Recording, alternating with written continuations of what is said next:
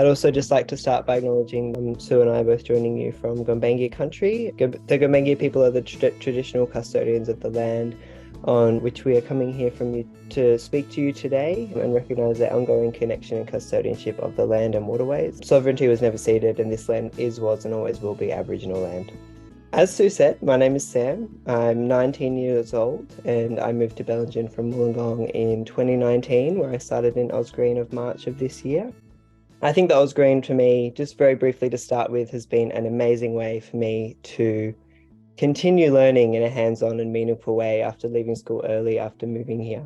But one of my roles with OzGREEN is the Youth Activities Coordinator, where I support Sue in running and organising Youth Leading the World Congresses across Australia, as well as engaging in a local program called Changemakers, where I support young people in projects that they wish to partake in and in building sustainability skills to skill them up for the future. I've worked with young people in doing scrap food cooking and free clothing drives to support the community, and it's a great way to connect with the local young people of our area. My other role with OzGREEN is actually the coordinator of the Bellinger Riverwatch, which is one of the largest citizen science programs in Australia and has the largest macroinvertebrate monitoring program in the country. And working at Riverwatch, I must say, is how I found my passion for science. I absolutely love doing this. However, I wish I could just test all the sites myself and just have that connection with the river every day. Bellinger Riverwatch involves over 60 citizen scientists, which test water quality every month to support the recovery of the critically endangered Bellinger River snapping turtle.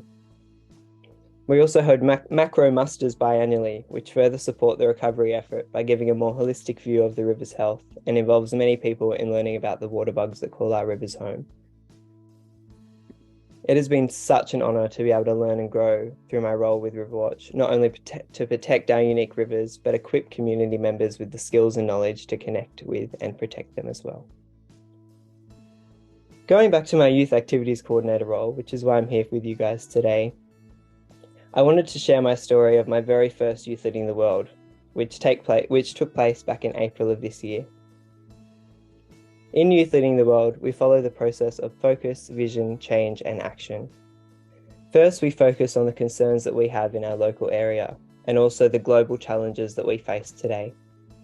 And then we take these concerns and we reframe them into a positive outlook, or our vision, as our group.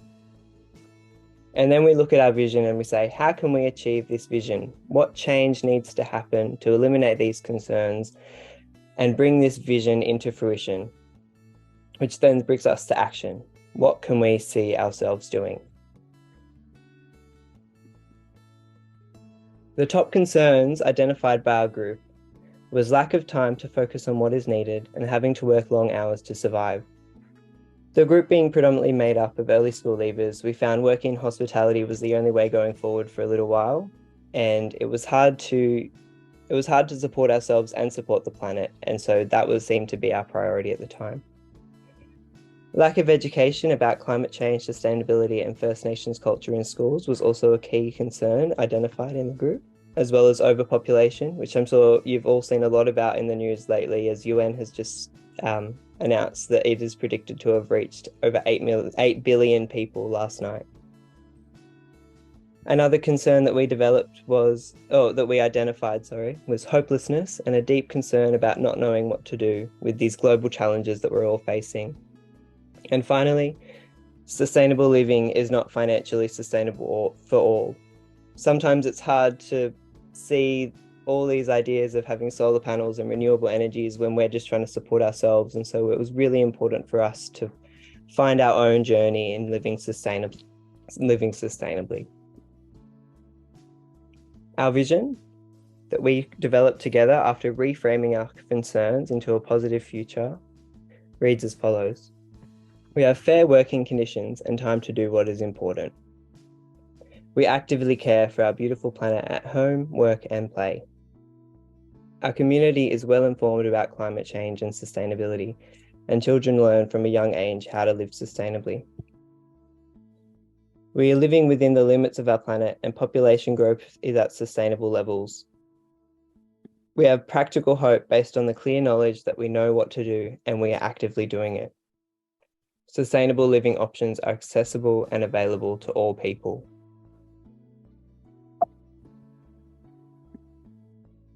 I'd just now like to talk about some of the personal actions that I've taken after attending a Youth Leading the World Congress.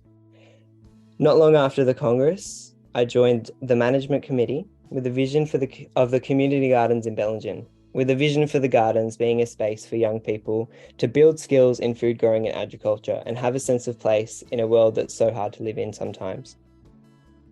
I'll even be standing up in front of my community speaking to the local council on behalf of the community gardens this month. I've also been working with a grassroots initiative called Coffee for Climate. Having a history as a barista and knowing firsthand how massive and preventable coffee cup waste is, I jumped right into the initiative with a goal to eliminate disposable cups in our village of Bellinger. Working with a local leader in the community, I attended and co-facilitated multiple meetings between cafe owners in Bellinger, and due to the initiative, many mug libraries have been set up around town, and some cafes in town are well on the way to eliminating disposable cups. During the Youth Leading the World Congress, there was a key concern addressed that in schools we were not taught the importance of living sustainably, nor the importance of connection to country and the true First Nations history. With the group being made up of mostly school leavers, we developed a plan to have these key values brought to the community in a fun, hands-on way, and give the community a platform to continue to learn about these important topics in a way that can suit everyone.